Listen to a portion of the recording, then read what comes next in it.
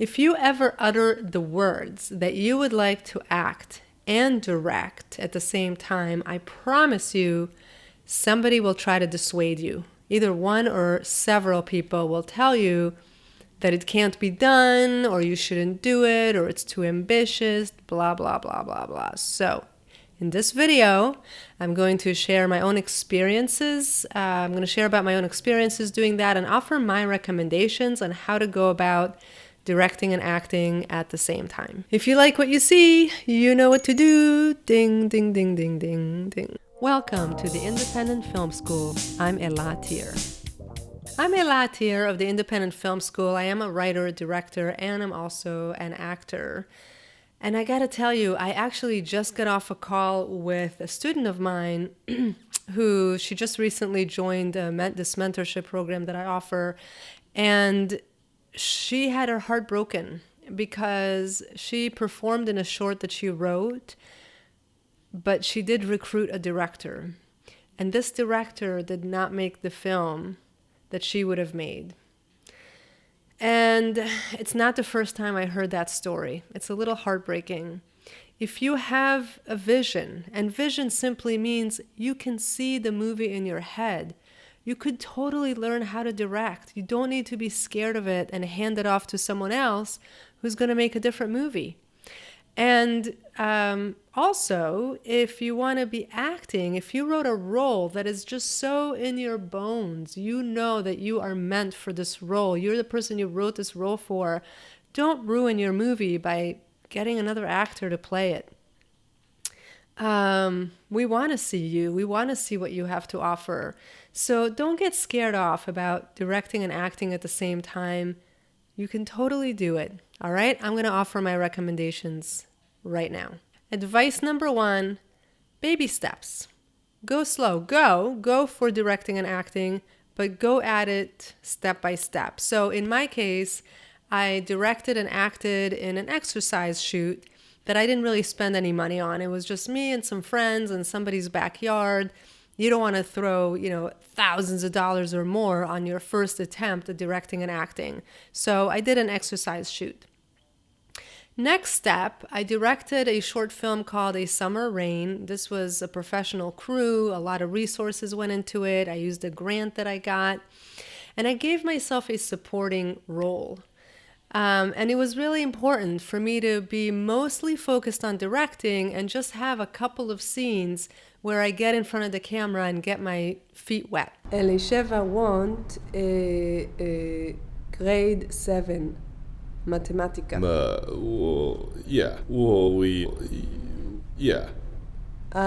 Okay. Next step was another short. I created another short where I did give myself a lead role and I directed it. So now I had a chance to direct a film while playing the lead and learn from my mistakes. Thanking myself over here. Okay. I'm an angel.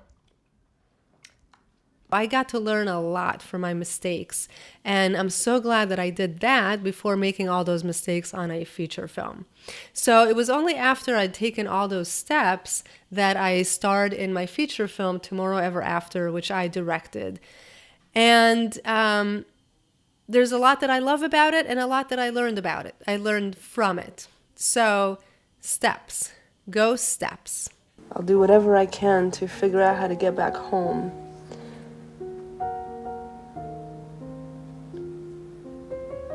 But I don't know how yet. When I first spoke with one of my mentees, Rodrigo Carvalhedo, he had a really strong short script that he wanted to direct. And I could tell that he was the right actor for the role. And he wasn't even an actor. But once we did some acting stuff, it was so obvious that he needed to play that role. So what did he do? Wisely so. He starred in the film, which was a great benefit to the film. I'm so glad he did that. And he recruited a co-director. So now he and another director directed together while he got to be in front of the camera. Another one of my mentees did that recently, Andrew Hartfield. Rodrigo Carvalhedo, it was his film Wishful Thinking. Andrew Hartfield just co-directed Tilly Tuesday, and he was in front of the camera. So that's another really great way to go, to get a co-director. And if you're giving yourself the lead role, just to build the muscles, learn, get the skills. Recommendation number 2, work with a DP, director of photography, and cast who hopefully you've worked with before or whose work you really, really, really trust. So when you're acting and directing at the same time, you want to be surrounded by people whose work is so solid and you know it so well that it will release some of the pressure as far as directing goes. So I forgot to mention when I talked about baby steps, after starring in and directing Guardian Angel Blues, I directed the feature film Foreign Letters, where I once again gave myself a supporting role, and only then I directed a feature film where I had the lead role. But in all of those cases, I worked with my DP Milton Cam, who I'd worked with several times, and we were so in sync with each other. He so understood my vision, and I so loved his ideas that I knew I could just relax in front of the camera, and that if he's looking at the frame, we're in really great shape. So having somebody like that you super trust is a major deal. In Tomorrow Ever After, I wrote all the other roles for actor friends who I'd worked with before, who I knew really well. And I knew I could just relax into my role and that they have it covered. It doesn't mean I'm not directing, but having a lot of support like that makes a really big difference. The other thing you could do, and I'm actually thinking to do it next time I attempt this, is to have an acting coach on set. You could have someone who you've worked with, who's worked with you as an actor, who could just think about your performance while you're acting, and then you can step out and work as a director, which brings me to recommendation number 3. When people say to you that you can't act and direct at the same time, they're not wrong. It's true, you need to do one or the other, but you can play both roles in one film and do one or the other, switch between them pretty quickly. So, for example, in Tomorrow Ever After, when I was starring in the film, I would look at the monitor, set the frame that I want, go through the shot with my DP, and then I get in front of the camera, I call action, or sometimes I would have Milton call action, and I would completely get lost in the role, and I would sink into it.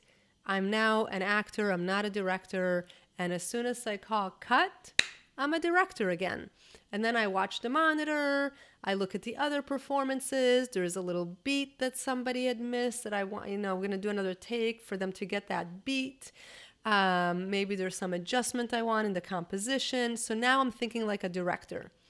And once we reset to do another take, I call action, and now I'm completely an actor. It's a skill. It's like any other skill. You just practice it. And this is why, go back to step number 1, go baby steps. Just practice it. It can take a little more time if you're both acting and directing, because you do need to play back in the monitor to see takes as opposed to just watching it while the camera rolls. So you just calculate in that, yeah, things will take a little longer. It's okay. And you don't have to watch every take. When I was playing the lead in Tomorrow Ever After, if I did a take and I knew we were going to need another one, I already heard that beat that the other actor missed or something else. I would just do a bunch of takes, and then I would watch a take when I thought it was fully baked. When I felt good about a take, then I would watch it. Or if I felt like I need to watch the monitor to see what happened in order to know how to adjust what's going on.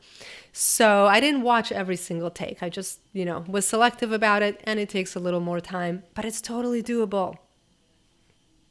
In conclusion, if you know in your heart of hearts you want to direct, you want to act, don't let anybody pour a bucket of water on what you want to do. Don't hand your baby over to another director who's going to have a very different vision from you. Trust that yearning. Go for it. Just go baby steps and support yourself with people who are going to really support the work, who you really trust. Yeah, those are my recommendations. I'm Thier. Thank you for joining. Click the link below to join the Independent Film School. I offer free training sessions like that one to screenwriters and filmmakers all the time. I'll see you in there.